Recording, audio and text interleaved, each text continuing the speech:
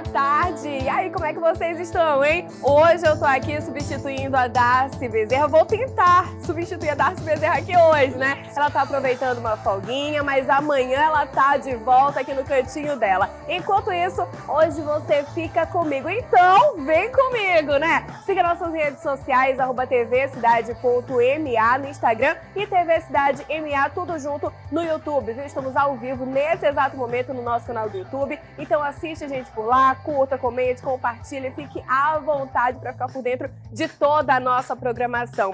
Hoje nós vamos receber aqui uma profissional maravilhosa, gente, da área da saúde. No cenário atual, né, a saúde mental feminina surge como um dos temas mais urgentes e complexos a ser abordado, né? Mulheres de todas as idades enfrentam uma gama de desafios específicos relacionados à sua saúde mental, desde questões hormonais e estresse relacionado ao trabalho, até o impacto das expectativas sociais e culturais. Para falar sobre esse assunto super importante, eu converso hoje com a psicóloga Evelyn Lindholm. Seja muito bem-vinda.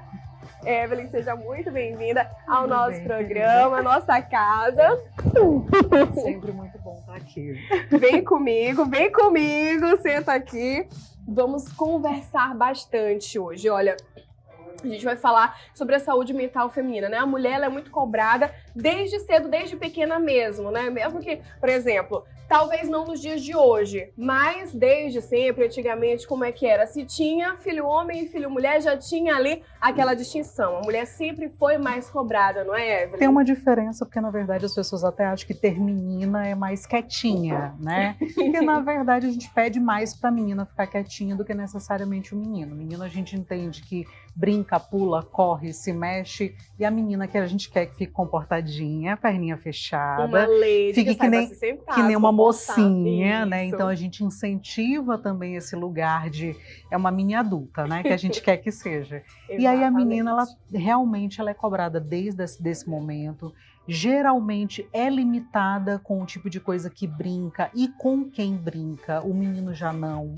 Meninos podem tranquilamente brincar tanto com meninas quanto com meninos. Geralmente não podem brincar de coisas de menina. Sim, né? Isso é outra questão. Mas as meninas também não são colocadas para brincar de coisas de meninos. Você vê uma menina muito nova, por exemplo, dizendo que quer jogar futebol, você vai ver as pessoas no ambiente familiar dizendo que não é coisa de menina, né? Então, muito disso já vem desse lugar, da infância e adolescência mesmo. Quando a gente já vai pegar a mulher, começa na adolescência, a gente não necessariamente começa a cobrar que se relacione, mas chegou aos 20, aos 30, sim. Então ela já tem que casar. Quando casar, ela tem que ser mãe. Quando ser mãe, ela tem que ser uma boa mãe. Quando ela está sendo mãe, que ela está trabalhando também, onde é que estão os filhos? Se ela sair, com quem que os filhos estão? Então, há toda uma concomitante ressonância de cobranças e que a mulher também se cobra bastante. E ainda que começando ali na adolescência, você não sabe cozinhar, como é que vai se casar? Você não sabe cuidar da casa, como é que vai se casar? Gente, eu sou uma péssima dona de casa, vou logo dizer pra vocês. E o meu marido, ele não casou enganado, viu? E se faz uma comida... Ele sabia onde ele tava se metendo. E se faz uma comida boa, dizem logo, né? Tá pronta para casar. Meu Deus! Que frase mais ultrapassada, que loucura, gente. Tá formada, não tá pronta para casar, não, mas está cozinhando bem, está pronta para casar. Exatamente. Então nós realmente crescemos dentro desses estereótipos e em função desses estereótipos acabamos nos colocando no lugar de culpa. Foi feito um estudo interessantíssimo que literalmente avaliou a parte e função cerebral da mulher e é confirmado que temos mais espaço físico para a culpa do que o homem. Olha que coisa interessante. Temos mais espaço físico e é justamente por isso que normalmente nos culpamos mais. Se, por exemplo, a nossa carreira não der certo como a gente imaginava, porque a gente tem outras responsabilidades para fazer, é culpa nossa. Se a gente não consegue lá dar muito tempo para a nossa casa, para os nossos filhos e para o trabalho e ser provedor e tudo junto, é culpa nossa. Se a gente sofre abuso, sofre violência, a gente se culpa também. Então, se a gente já tem uma sobrecarga muito grande e a gente ainda tem mais espaço para culpa, como que fica essa saúde mental? Como que fica, né? A Evelyn, tá? A gente, com certeza você acompanha todos os dias essas notícias também sobre as mulheres, que tem crescido muito o número de casos de feminicídio. Não tem crescido. O que tem crescido é o número de registros, né, de mulheres que têm sofrido abuso sexual, psicológico, qualquer tipo, né, de importunação sexual, seja dentro de casa, seja na rua, seja no ambiente de trabalho ou dentro das escolas mesmo, né? Esse ano nós tivemos um crescimento, graças a Deus, no número de mulheres que decidiram registrar. Mas ainda existe muito forte de que se a mulher passar por isso, é por culpa dela, é pelo que ela tá vestindo, é porque ela tá saindo na rua, que a mulher ela não pode nem ficar triste ou chorar ou denunciar, porque isso é uma bobagem. Sim, tá na relação porque quer. A gente ouve muito isso. Nós né? mesmo, enquanto profissionais aqui, jornalistas, a gente sai na rua, a gente ouve isso de homens mesmo. E às vezes até de outras mulheres. Mas eu já passei por esse tipo de situação. Por que eu tô aqui viva, eu tô inteira, e a outra mulher ali tá chorando, tá fazendo disso uma problemática? Isso é um problema, e as pessoas têm que entender que isso é um problema. Ou seja, a mulher ela tem que lidar com esse tipo de pressão e ainda ser diminuída por passar por esse tipo de problema hoje em dia pelas ruas. Sim, porque assim, a gente tem um maior aumento de denúncias? Tem. No entanto, a gente ainda tem muita subnotificação. A gente sabe disso. Por que temos subnotificação? Primeiro, porque muitas mulheres, elas sentem que de alguma forma, até porque os abusadores geralmente trazem e reportam isso para ela, que ela é responsável. Mas eu fiz isso porque você falou tal coisa para mim. Eu fiz isso porque naquela festa você estava olhando para o lado e eu acho que você estava olhando para o cara tal.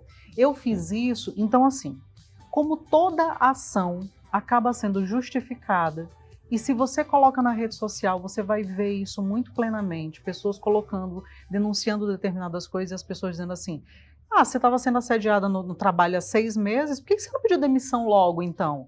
Aí essa mulher está com 3 filhos, sozinha em casa, o ex-companheiro não ajuda em nada, ela está ali tentando se manter no emprego de qualquer forma, não existe ainda para ela uma possibilidade de relocação em outro emprego, como que ela sai desse trabalho? Como? Né? Ela é obrigada a conviver com aquele agressor. Exatamente. Dentro de casa, muitas das vezes esse agressor é o provedor, é aquele que possibilita aos filhos segurança, mesmo que não possibilite a ela, mas tem um ambiente familiar, tem alimento para os filhos, ela vai simplesmente deixar esse parceiro como? Se quando ela diz que quer terminar, ele diz, então as crianças são minhas, porque eu sou o provedor, eu tenho mais condições de ficar com ela do que você não vai arranjar que ninguém te ame, e aquilo vai entrando na cabeça da pessoa e ela fica. Ela acaba acreditando. Quantas mulheres não chegam para a família, lá para os pais dela, o meu casamento tá ruim, eu não tenho para onde ir, eu não posso fazer nada, eu quero me separar, eu posso vir para cá? Os pais sabem, não, mulher que se separa é mulher que não é respeitada. Você não pode se separar, você tem que edificar, você tem que edificar o seu lar. Você que não está sendo sábia, o que acontece? Ela sabe que se ela sair da casa ali do marido, ela não tem para onde ir. Então, para onde que ela vai? A gente tem um aumento de denúncias? Tem, mas infelizmente a gente não está tendo uma diminuição na violência, né? Então, isso não fica numa mesma proporção. E a mulher, ela se cobra muito esses lugares de ser uma boa mãe, uma boa esposa, uma boa mulher, se ela for de alguma forma provedora, de ser provedora, mas também ela se cobra quando chegar em casa, organizar alguma coisa da casa. Dificilmente outras pessoas da casa fazem coisas que deem suporte, mesmo morando na casa. Exatamente. Sabe? Então tudo isso faz com que a mulher, se ela já se culpa, ela se cobra, ela se sente cobrada. Muitas das vezes ela não tem realmente para onde ir. Não foi ensinado para ela, e as gerações anteriores tinham muito disso. A mulher era ensinada a ser dona de casa. A mulher não era ensinada a ser independente, ter sua própria renda, não depender de homem, né? Hoje em dia que a gente escuta um pouco mais isso dentro de uma construção de uma nova cultura. Mas isso não é necessariamente a realidade que a gente tem aí das gerações passadas. Infelizmente. Infelizmente. Então, assim, eu, por exemplo, tive uma mãe formada, também provedora dentro de casa e trabalhava o dia todo e tudo mais, e isso também me ensinou muito sobre isso. Mesmo que não tivesse me sido dito, trabalho e estudo não dependa de homem, eu via isso dentro de casa. Já tinha ali aquele exemplo. Exatamente. Mas quantas de nós vemos isso? Quantas de nós temos pouquíssimas. mães provedoras, mães que trabalham, mães que não dependem do esposo? Poucas, infelizmente ainda poucas, para o número de relações que hoje existem. Realmente. Vamos aproveitar também, Evelyn, que estamos no Setembro Amarelo, né? Sim. Vamos falar um pouquinho aí sobre essa problemática. Infelizmente, a gente tem muitos casos de suicídio, tem crescido também os casos de suicídio, seja de homens, seja de mulheres, Sim. adultos, adolescentes, enfim. E a gente precisa bater nessa tecla, né? Conscientizar as pessoas. Às vezes as pessoas passam, todo mundo tem problemas, mas tem algumas pessoas que pensam assim, eu tenho um problema que eu não vejo saída, não sei como resolver, acho que não tem como resolver de jeito nenhum, ninguém pode me ajudar. E quando eu falo com alguém, as pessoas dizem, é frescura. E aí a pessoa já se fecha. Se ela se abriu com um ou com outro e a pessoa disse que é frescura, desdenhou ali da dor dela, acabou. Sim, sim. Muitas das nossas dores emocionais e saúde mental são invalidadas, né? Quando a gente pensa em saúde mental, a gente precisa entender que é um combo, né? É a qualidade de vida, é a alimentação, é a atividade física, é sedentarismo, é as relações que você tem por perto, é um relacionamento abusivo que você mantém, é uma dinâmica informal que você tem consigo mesmo, distanciamento dessa validação das nossas emoções. Geralmente a gente ignora isso, ignora que a nossa vida é repleta de estímulos que podem nos levar para um quadro suicida, podem nos levar a uma ideação sobre a morte, uma ideia de que morrer é a única saída, mas ela não vem por acaso. A gente geralmente vem com um quadro ansioso, com crises de pânico, depois disso a gente pode ir para uma depressão, e aí depois de todo esse processo a gente começa a literalmente pensar na morte. E o pensamento sobre a morte, ele não é esse lugar que muitas das vezes as pessoas falam, terminou o namoro, do nada se matou. Não é. O suicídio é uma coisa que é construída, que pode ou não estar relacionada a vivências de todo tipo, mas também muitas das vezes está relacionada a um quadro depressivo mais profundo. Lembrando que a depressão ela é multifatorial, né? A gente tem questões hormonais, funcionais, de família. O suicídio também é um repertório de aprendizado. Geralmente, se você for pegar as situações de suicídio, pegar o histórico familiar, você vai ver que pelo menos 68% das vezes a gente tem um histórico de suicídio nessa família. É mesmo? A gente tem alguém, um primo, um tio, um pai, uma mãe, um irmão. A gente já teve alguém dentro desse ambiente familiar que cometeu suicídio. Você já viu alguém cometendo suicídio depois as pessoas dizendo assim, gente, foi bom mesmo que ele foi embora? Não. Geralmente... Antes, enquanto a pessoa está pedindo socorro ali, as pessoas estão desdenhando. Mas depois que a pessoa comete suicídio, por que não falou comigo? Eu podia ter ajudado. Eu estava ali disposta. É a tal da hipocrisia. Gente, estava ali disposta para escutar, não me procurou por quê? Muitas das vezes há verbalizações do tipo, eu queria sumir, eu queria desaparecer, eu não queria continuar aqui. Não é necessariamente eu vou me matar. Sim. Olha, aqui em uma semana eu vou me matar. Não. São verbalizações de despedida, são verbalizações em que a pessoa começa a dizer, gente, não vejo mais sentido na vida. Peraí, você não vê mais sentido na vida, mas o que está acontecendo? Mas geralmente a gente não faz isso. Menina, vai passar. Isso é só fase. Mas tu tá preocupada com isso, é bobagem. E então nisso a gente invalida e a pessoa pensa, não posso contar com ninguém. Não posso pedir socorro porque aqui eu estou verbalizando que a vida não tem mais sentido, eu estou verbalizando que as coisas não estão bem. E a pessoa está me dizendo aqui que o que eu estou dizendo é bobagem, então eu vou guardar isso para mim e resolver o que fazer a respeito. Então o Setembro Amarelo ele vem como um mês de conscientização do combate ao suicídio.